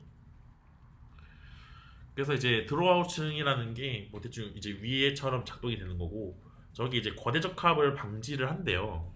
근데 이게 왜 되지라고 생각하실 것 같은데, 이게 드롭아웃을 적용하면 층을 구성하는 뉴런들이 일정 비율로 이렇게 이제 비활성화됩니다. 스위치 오프처럼 이렇게 꺼져요. 근데 이게 왜 그 과대적합을 방지하냐 하면, 얘가 이 노드들이 이게 학습이 되면서 이 지금 화살표가 지금 다 연결되어 있잖아요. 그래가지고 이 이전 노드들과 이 상호 의존 관계가 형성이 되거든요. 당연하죠. 화살표 계속 받으니까. 근데 이 노드들을 꺼버리면 그 의존 관계를 약화시켜가지고 이 모든 노드가 그 비교적 동등하게 이 성능에 기여를 하게 돼요. 이게 뭐냐면 이게 학습시키다 보면 어떤 노드만 활성화가 되고 나머지 다 죽는 경우가 있어요. 근데 이제 드롭아웃을 쓰면 그 활성화되는 거가 이제 그 랜덤하게 꺼져버리니까 그 나머지 노드들로만 추론을 해야 되는 경우예요. 그러니까 원래 지금 여기 가운데 노드가 되게 어떤 거를 판단하는 거에 대한 핵심 노드였는데 얘가 랜덤하게 이렇게 꺼져버렸어요. 그러면 나머지 노드들만으로 이제 정확하게 추론을 해야 되는 거죠. 그러면 나머지 노드들이 좀 더 그 강건하게 학습이 되는 거예요. 원래는 이제 얘만 학습이 되는 거거든요. 드롭아웃 안 쓰면 그냥 그냥 얘가 그냥 다 빨아먹는다고 생각하시면 돼요. 근데 이제 드롭아웃으로 랜덤하게 꺼버리면 나머지 노드들로 이제 추론을 해야 되기 때문에 되게 고르게 분산되면서 학습을 하게 됩니다. 그래서 요거를 이제 뭐 다른 시각으로 보면 이제 뭐 앙상블 효과로 볼 수도 있어요. 왜냐면 이제 그 상호 의존 관계를 완화시키니까 뭐 그런 관점에서 보면 앙상블로 볼 수 있고요. 그렇습니다. 아무튼 이거 드롭아웃이 뭐 여담인데, 이거를 제안한 사람이 드롭아웃으로 호다닥 그 저 뭐냐 특허를 냈어요. 특허가 돼가지고, 근데 이제 그분이 이제 특허를 낸 이유는 이제 이거를 모든 사람들이 쓸 수 있게 내가 방어적인 목적으로 특허를 이제 냈다라고는 하더라고요. 근데 뭐 갑자기 마음이 바뀌어가지고 이 드롭아웃을 쓰면 저한테 100만 원씩 줘야 됩니다. 줄 수도 있어요, 여러분. 아무튼 이제 특허까지 낼 정도로 아무튼. 그리고 드롭아웃이 되게 성능이 좋아가지고 거의 모든 경우에 거의 다 쓴다고 보시면 돼요. 아무튼 그렇고, 이제 그 드롭아웃을 어디에다 써야 되냐면요, 여러분. 이제 그 정결합층에서 드롭아웃을 끼워 넣으면 됩니다.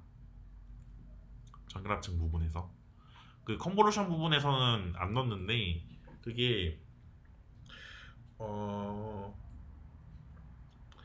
뭐 경험적으로 그 드롭아웃층이 그 정글합층 쪽에 적용하는 게 효과가 더 좋대요. 경험적으로 뭐 수학적으로 증명된 건 아니고요. 뭐 합성고층이나 풀링층에 그 드롭아웃 적용한 거에 대한 효과는 뭐 구체적으로 연구된 바가 없다고 저자가 설명을 했습니다. 그래서 정결합층에다가 다 때려 박으시면 되고요. 적용하는 게 그 이렇게 플래튼 했잖아요. 그 플래튼 하고 그러면 그 사이에 드롭아웃 때리고 그 다음에 댄스층 하고 드롭아웃 때리고 댄스층 하고 이렇게 그 정결합층 사이사이에 그 드롭아웃층을 넣는다고 보면 됩니다. 이해되시죠? 그래서 코드로는 그냥 드롭아웃 그 클래스 갖다 쓰시면 되고, 이 레이트는 이 노드를 얼마큼 끌 건지예요. 그래서 0.5면 50%를 끄겠다는 소리입니다. 그리고 이 비활성화되는 노드는요, 이 에포크마다 바뀌어요. 그래서 이 에포크 한 번 다 학습 다 시켰으면 두 번째 학습 때는 또 다른 노드들이 랜덤하게 50%가 꺼집니다. 그래가지고 이거를 에포크를 여러 번 반복하게 되면 이제 모든 뉴런들이 이제 동등한 비율로 비활성화 되면서 상호 의존 관계가 이제 완화가 되겠죠. 저 이제 얼마 안 남았어요, 여러분. 지금까지 얘기한 거는 이제 회색조 이미지에 한한 거였는데, 이거를 컬러 이미지로 확장을 하면 사실 뭐 별 다를 건 없어요. 컬러 이미지는 그냥 인풋부터 그냥 채널이 3개인 거예요. 원래 하나였던 게 그냥 3개로 늘어난 것 뿐입니다. 그래서 이제 컬러 이미지 같은 경우에는 이제 2000 행렬이 이제 3개가 붙어 있는 3000 텐서라고 보시면 되고요. 그거는 이제 높이 곱하기 너비 곱하기 깊이로 표현을 해요. 그래서 뭐 요 이미지 같은 경우에는 제 눈에는 28개로 보이니까 28 곱하기 28 곱하기 3 뭐 이런 식으로 표현을 할 수 있습니다. 그래서 그러면 이 컬러 이미지에서 합성곱이 어떻게 진행을 하냐면요. 그러니까 이 채널 3개 있었잖아요. 채널 3개를 이제 그 필터 하나로 계산을 하는데, 필터 하나로 각각 3개를 다 훑으면서 계산을 하고 그거를 합쳐요. 여기 보시면 이 더하는 거 보이시죠? 지금 보면 지금 어떤 필터 하나로 지금 이렇게 훑잖아요. 훑어가지고 결과 나오죠? 얘도 결과 나오고 그리고 이걸 더해가지고 최종적으로 하나 나오는 거, 얘를 이제 피처맵으로 씁니다. 그렇고요. 그리고 그 색상 채널별로 별도의 필터를 갖고 있고요. 그 다음에 겹쳐진 픽셀끼리 픽셀 값을 곱하고 곱한 값을 모두 더하고, 그 다음에 세 채널의 픽셀 값을 모아서 특징 맵의 픽셀 값을 계산합니다. 그래서 마지막에 이렇게 편향 1 더하는 거 볼 수 있고요. 그래서 이거를 계산 복잡도 측면에서 보면 당연히 더 복잡해지겠죠. 컬러 이미지가 처음부터 채널이 3개 나와버리니까. 그래서 이 저자가 얘기하는 게 뭐냐면,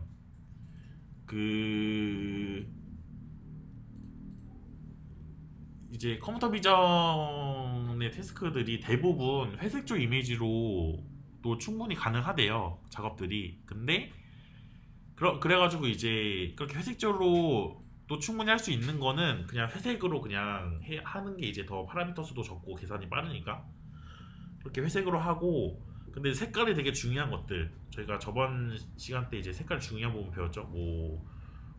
암 진단할 때라던가 아니면 뭐 시도등 뭐 이런 것들 색깔 중요한 부분 있죠. 그런 것들은 이제 색깔이 필요하니까 그런 것들은 컬러 이미지 쓰고, 다른 것들은 뭐 회색조로 해도 충분한 경우가 있으니까 그럴 때는 회색조로 변환을 하는 게 더 계산적으로 이득이 된다, 이거를 강조를 하더라고요. 그거 말씀드린 거고, 그 다음에 원래 이거를 실습을 하려고 했었는데 근데 시간이 좀 안 돼가지고 일단은 끝나고 나서 좀 얘기를 해볼게요. 뭐냐면 이제 이 Cfair 데이터셋을 쓸 건데, 이게 뭐냐면 여러분, 그러니까 데이터셋이 이렇게 생겼어요. 각각의 이미지들이 보시면 살짝 흐릿흐릿한데 이게 30 곱하기 30이라서 그렇고요, 이미지 크기가. 근데 보시면 이게 얘는 뭐 사슴이고 뭐 개이고 뭐 새 뭐 좀 구분이 되죠, 저희 눈으로 봤을 때도. 그래서 이런 클래스가 총 10개가 있는 겁니다. 그래서 여기 뒤에 10 붙은 게 클래스가 10개라서 그런 거고요. 그래서 이제 컬러 이미지 6만 점으로 구성이 되어 있고, 이 하나의 클래스당 이제 6,000개씩 해가지고 총 10가지의 클래스로 구성이 되어 있습니다. 그래서 요거를 이제 올바르게 분류를 하는 모델을 이제 만들려고 하는데, 이거는 이제 집에 가서 코드 돌리시면 또 잘 돌아갈 거예요. 보시면 이제 데이터셋을 읽어드리는 거 같은 경우에는 이 데이터셋이 되게 유명한 데이터셋이어가지고 이 케라스 라이브러리에 있어요. 그래서 그냥 임포트 때려버리면 됩니다. 이런 식으로 이 케라스의 데이터셋이라고 하는 그 패키지 있는데 그 안에 이제 요거 갖다 쓰시면 되고 이 로드 데이터라는 메소드 쓰면 됩니다. 그러면 이제 이런 식으로 그러니까 데이터가 미리 무작위로 섞여져 가지고 이 트레인 셋이랑 테스트 셋으로 나눠 가지고 가져올 수 있어요. 그래서 지금 X 트레인이랑 Y 트레인이 있는데 지금 X 트레인은 그 이미지를 얘기하는 거고 Y 트레인은 그 이미지 라벨을 얘기하는 거예요. 그 이미지가 뭐 새냐, 뭐 비행기냐, 뭐 이런 거 얘기하는 겁니다. 그게 지금 Y 트레인 Y에 담긴 거고 그 다음에 이제 뭐 당연하지만 트레인 그 학습 데이터랑 테스트 데이터 이렇게 두 가지 나오잖아요. 그래가지고 그 나누는 거를 지금 이렇게 한 줄로 딱 그 학습하기 편하게 케라스가 준비를 해놓은 거고 그 다음에 요거 코드 실행하시면 이제 그 안에 있는 그 데이터셋이 몇 개가 추출이 돼요. 그래가지고 뭐 어떤 이미지들이 있는지 그냥 대충 눈으로 볼 수 있고요. 그리고 이제 이미지를 전 처리를 해야 되는데, 그러니까 이제 그 컴퓨터 비전 파이프라인에서 두 번째 단계인 거죠. 그 이미지를 전 처리를 해야 되는데, 이미지 같은 경우에는요, 그 정규화를 시켜요. 그래서, 그러니까 이 픽셀 값이 이제 0부터 254까지 값이 돼 있었거든요, 정수로. 그래서 그거를 이제 255로 나눠가지고 그 정교화를 시킵니다. 근데 정교화를 시키는 이유가 여러분 그 여기 사진 보시는 것처럼 정교화를 했을 때랑 안 했을 때의 그 뭐냐 그 그레디언트 모습이거든요. 이거 보시면 그러니까 정교화를 안 했을 때는 이게 경사 하강법을 진행할 때 되게 번잡하게 움직여요. 그래가지고 얘를 막기 위해서 이 노멀라이징을 하면 이제 이런 식으로 반듯하게 일직선으로 쭉쭉 뻗어 나가듯이 잘 학습이 됩니다. 그래서 요거도 인풋에서 얘기하는 건데 나중에 이거를 레이어 단위에서도 노멀라이징 하는 게 있어요. 그래서 뭐 그런 이론들도 있는데 아무튼 노멀라이징을 해가지고 되게 학습을 빠르게 진행시킬 수 있습니다. 그래서 코드로 보면은 이제 그 타입을 255로 이제 나누는데 근데 얘가 그 이미지 그 2차원 행렬이잖아요. 근데 그 값들이 0부터 254까지 정수거든요. 정수를 지금 이 플로트형으로 바꾼 겁니다. 255로 나누니까 그 뭐냐 0과 1 사이잖아요. 그래가지고 플로트형으로 바꿔줘야지 계산이 정확하게 되고요. 그 다음에 이제 레이블, 그러니까 그 Y 테스트, 그러니까 Y 트레인이나 Y 테스트 있죠. 그거를 이제 인코딩을 해야 되는데 뭐냐면 이제 그게 그 요런 식으로 뭐 에어플레인, 뭐 오토모빌, 뭐 버드 이런 식으로 그 들어가 있어요. 그 라벨에 레이블에. 근데 컴퓨터는 이거를 보면 컴퓨터는 이해를 못하니까 얘를 이제 숫자로 바꿔야 됩니다. 숫자로 바꿔주는 방법 중에 하나가 이제 원한 인코딩이라는 게 있는데 그림을 보시면 이제 어떤 여기 이미지 1번 이미지는 도그, 2번 이미지는 저기 오토모빌, 3번 이미지는 에어플레인 이런 식으로 라벨이 달려 있잖아요. 요거를 원한 인코딩을 시키면 이 오른쪽처럼 바뀝니다. 그래서 요런 행렬로 바꿔줘요. 그래서 어떤 이미지 하나에 이런 어떤 해당하는 그 열이 이제 그 라벨이거든요. 거기에 값을 1로 설정하고 나머지를 빵으로 설정해가지고 이제 구분할 수 있게 하는 게 원하는 인코딩이고 이제 요거 같은 경우는 이제 케라스로 원하는 인코딩을 진행할 수 있습니다. 이렇게 이제 그 설정된 라벨 값이랑 그 다음에 클래스 몇 개인지만 넣어주면 인코딩을 할 수 있어요. 그리고 그 다음에 이제 그 원래 처음에 훈련 데이터나 테스트 데이터가 분할을 했는데 그 보시면은 이제 검증 데이터셋이라고 해가지고 밸리데이션 셋이 있어요. 이거 같은 경우에는 우리가 그 하이퍼 파라미터를 조정을 이제 할 때 그게 그 하이퍼 파라미터 튜닝을 할 때 그 성능이 얼마큼 나오는지를 확인하는 그런 데이터셋이거든요. 그래서 트레인 셋에서 이제 조금 쪼개가지고 이제 나머지를 이제 밸리데이션 셋으로 만들어요. 아주 그 과정은 이렇게 코드로 이렇게 간단하게 나온 거고. 그래서 지금 보시면 이제 앞에서부터 시작해서 5,000개까지를 이제 밸리데이션으로 만들고 그 나머지는 이제 트레인으로 만들겠다는 소리고요. 그리고 이제 여기서 제가 강조를 적어놓은 건데 테스트 데이터는 여러분 모델의 성능을 최종적으로 판단하기 위해 사용되는 겁니다. 뭔 소리냐? 한 번만 써야 된다는 거예요. 이해되셨죠? 여러 번 쓰면 안 됩니다. 그 다음에 이렇게 전처리 다 때렸으면 이제 모델 구조를 정의를 해야 되는데 이제 대부분의 딥러닝 프로젝트는 이런 간단한 층들을 여러 개 쌓아 올려서 이제 데이터 디스틸레이션을 구현을 하는 형태로 진행이 된다고 합니다. 그래서 그러면 이제 우리가 아까 이 합성고층, 프리층을 이렇게 두 번 거치고 전결합층 때려가지고 진행을 했잖아요. 간단한 모델 넷리스트에서는.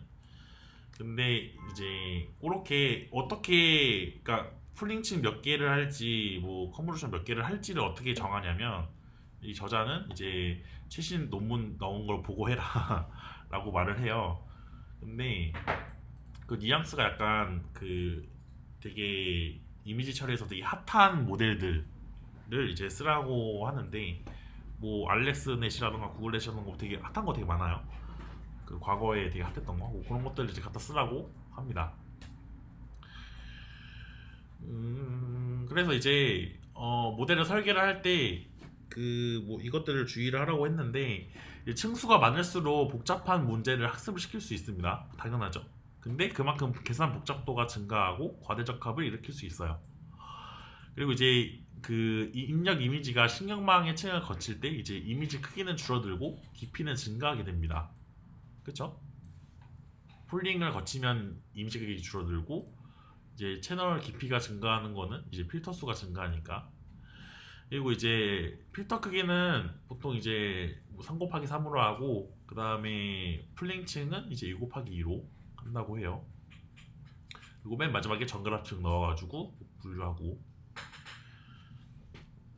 그리고 하이퍼 파라미터들 뭐 필터 수나 이런 것도 있죠. 뭐 패딩, 스트라이드 이런 것들은 이제 그러니까 그런 하이퍼 파라미터를 그냥 막 쓰지 말고 숫자를 막 때려넣지 말고 논문들을 살펴보면서 어떤 값들이 논문에서 많이 썼는지를 보고 쓰라는 얘기입니다.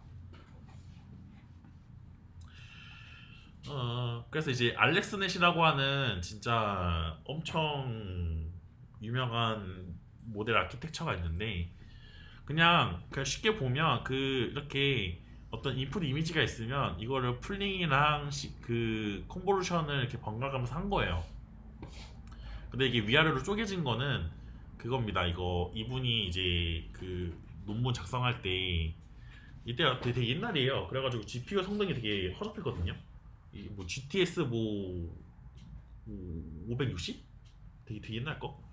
근데 그거를 병렬로 해야 돼가지고 그래서 이제 모델 아키텍처를 병렬로 학습시킬 수 있게 GPU를 2개 써가지고 학습시킬 수 있게 하려고 이렇게 쪼개진 건데 그냥 이렇게 한 줄로 그냥 생각하셔도 됩니다. 아무튼 알렉스넷은 뭐 이제 풀링층이랑 그러니까 컨볼루션층이랑 풀링층이 번갈아가면서 있는 이런 구조 그리고 맨 마지막에 전결합층 결합되어 있는 우리가 아까 이제 그 구현했던 것들이 알렉스넷의 간소화된 버전이라고 보시면 돼요.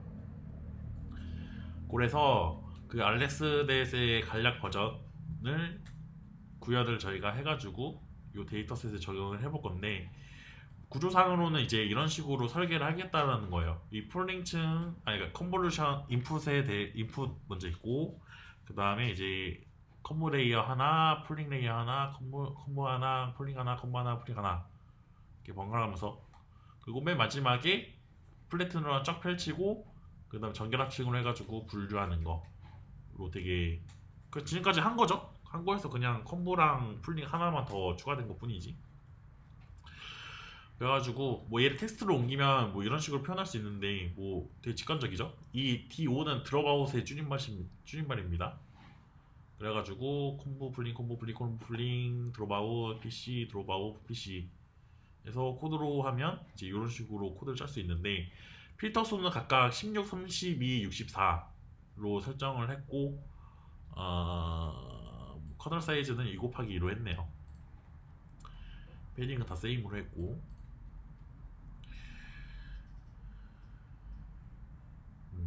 보시면 필터 수는 점점 증가하는 형태로 보통 합니다, 여러분. 그래서 이 코드 저거 실행하면 모델 개요를 이렇게 볼 수 있는데 보시면 이제 토탈 파라미터가 52만 개예요, 대략. 그래서 그냥 은닉충, 그러니까 그 PC 레이어 그 은닉충 2개 있는 것보다도 더 적죠, 파라미터가. 층은 더 깊은데. 그리고 모델 만들었으면 모델을 컴파일을 해야 돼요. 모델을 컴파일할 때는 그 손실함수를 뭘 쓸지, 그리고 옵티마이저 그 뭐 경사각법을 쓸지. 근데 요즘은 그냥 아담이라고 하는 옵티마이저를 쓰거든요. 그냥 무조건 아담 쓴다고 보시면 되고, 그 다음에 매트릭스 같은 경우에는 이제 그 평가 지표인데 보통은 이제 이 어커런시를 많이 써요. 왜냐면 그 이미지 분리를 했는지 안 했는지는 정확도로 보니까. 그래서 평가 지표는 이렇게 설정, 그러니까 손실함수, 최적화 알고리즘, 평가 지표 이렇게 세 가지로 넣어가지고 컴파일을 합니다. 그 다음에 이제 fit라고 하는 메서드를 부르면 모델이 본격적으로 학습을 하게 돼요. 근데 이 학습하기 직전에 이 체크 포인트라고 하는 게 있는데, 요거는 이제 학습하면서 이게 그 학습하면서 중간에 그 파라미터 값들을 저장을 해야 될 때가 있어요. 왜냐면 뭐 갑자기 학습하다가 중간에 컴퓨터가 꺼져버리는 경우, 그러니까 30일 동안 학습을 시켰는데 갑자기 마지막 날에 전전이 일어나가지고 갑자기 컴퓨터가 꺼져버렸어요. 그러면 다 날아가거든요. 그래가지고 그런 거를 방지하기 위해서 학습을 할 때마다 파라미터를 하나씩 저장을 하는 그런 것들을 설정할 수 있고요. 아니면 이런 것도 있어요. 그 성능이 좋아지는 경우에만 파라미터를 저장하는 경우도 있거든요. 보통 그런 경우를 많이 쓰는데 이제 그런 걸 설정할 수 있는 그 모델 체크 포인트라고 하는 객체가 있고요. 그다음에 이제 모델 피트라고 해가지고 피트 메서드를 부르면 학습이 진행되는데, 여기에다가는 이제 이 트레인 그 데이터 다 넣고요. 그다음에 배치 사이즈 얼마나 할지 정하고 에포크 얼마나 할지, 그 밸리데이션 셋이 있으면 밸리데이션 셋도 집어넣고, 그다음에 이제 이 콜백 같은 경우에는 그 한번 그 에포크 진행을 딱 했을 때 그 파라미터 결과값 있죠, 그거를 이제 어떻게 저장할 건지에 대한 거라고 보시면 되고, 이 벌버스는 그냥 이 아래 이렇게 텍스트가 이렇게 떠요, 학습을 할 때마다. 근데 이 텍스트의 어떤 이 그러니까 얘가 뭐 값이 0, 1, 2가 있는데 그 설정하는 거에 따라서 이 텍스트를 안 뜨게 할 수도 있고 뭐 정확하게 뜰 수도 있게 할 수도 있고, 요거는 이제 그 텐서플로우 홈페이지 보시면 나오고요. 셔플 같은 경우에는 이제 데이터 섞는다는 의미고, 그래서 실행하면 이제 이런 식으로 실행되면서 학습이 진행되는 경과를 볼 수 있어요. 그래서 요거 보는 것도 되게 중요한데요, 여러분. 지금 여기 보시면 이 로스라고 하는 거랑 ACC라고 하는 게 있는데, 로스는 손실함수 값 나오는 거고요. ACC는 이제 어커런시 얘기하는 거예요. 그리고 이제 여기 그 로스랑 ACC 앞에 이제 bar이라고 붙은 거는 그 밸리데이션 붙은 거거든요. 그래서 이 그 검증 셋에 대한 그 값이라고 보시면 되고, 보시면 이게 학습을 하면서 그냥 로스랑 그 정확도는 이제 로스는 낮아지고 정확도는 지금 올라가는 거 볼 수 있죠, 학습 데이터셋에 대해서는. 근데 우리가 눈여겨봐야 될 거는 이제 밸리데이션을 봐야 되는데, 이 밸리데이션 로스 같은 경우는 줄어드는 게 맞는데 이게 줄어들다가 갑자기 높아지면 문제가 있는 거거든요. 그래가지고 그 이전 거를 보통 갖다 씁니다. 그리고 이제 밸리데이션 어커런시는 당연히 이제 높아질수록 좋은 거겠죠.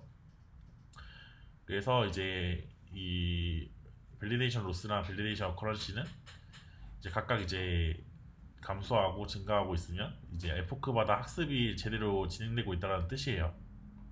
그리고 이제 그 콜백 통해 가지고 가장 성능이 좋았던 가중치는 이제 저장이 되는 건데, 근데 이제 주의 깊게 봐야 되는 게 있어요. 이 밸리데이션 로스가 진동하는 경우랑 감소를 안 하는 경우가 있고, 그다음에 로스는 감소하는데 밸리데이션 로스가 그대로 되어 있는 경우 세 가지가 있어요. 일단은 밸리데이션 로스가 진동하는 경우에는 지금 이 그림처럼 이제 러닝 레이트가 큰 경우예요. 그래서 진동하는 거라거든요. 그래가지고 이때는 합승률 파라미터를 조정을 해야 됩니다. 밸리데이션 로스가 진동을 할 때. 그리고 밸리데이션 로스가 감소하지 않을 때는 이제 과소적합을 일으켰을 가능성이 좀 높습니다.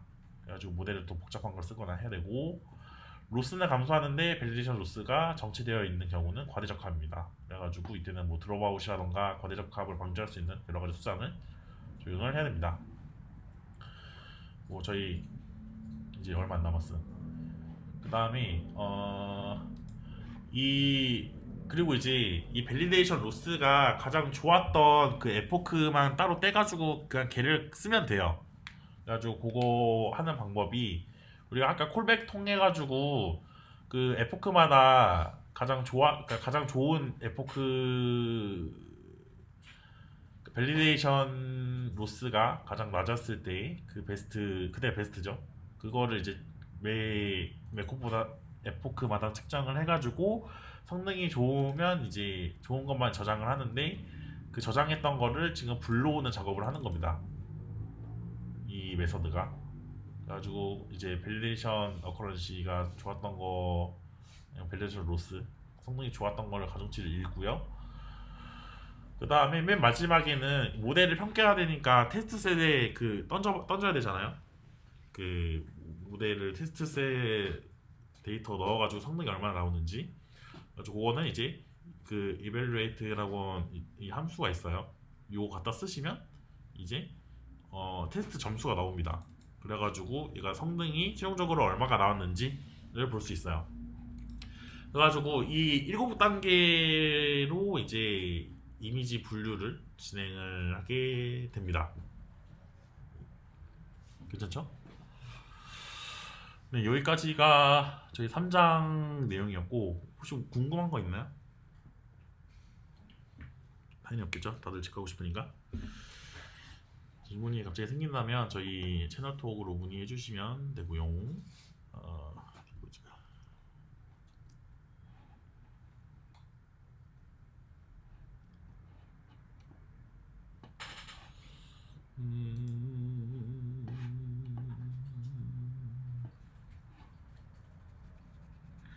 오케이. 원래는 이거 실습을 해야 되는데요, 여러분. 실습을 지금 시간이 지금 저희 지나가지고 실습은 못해서, 여러분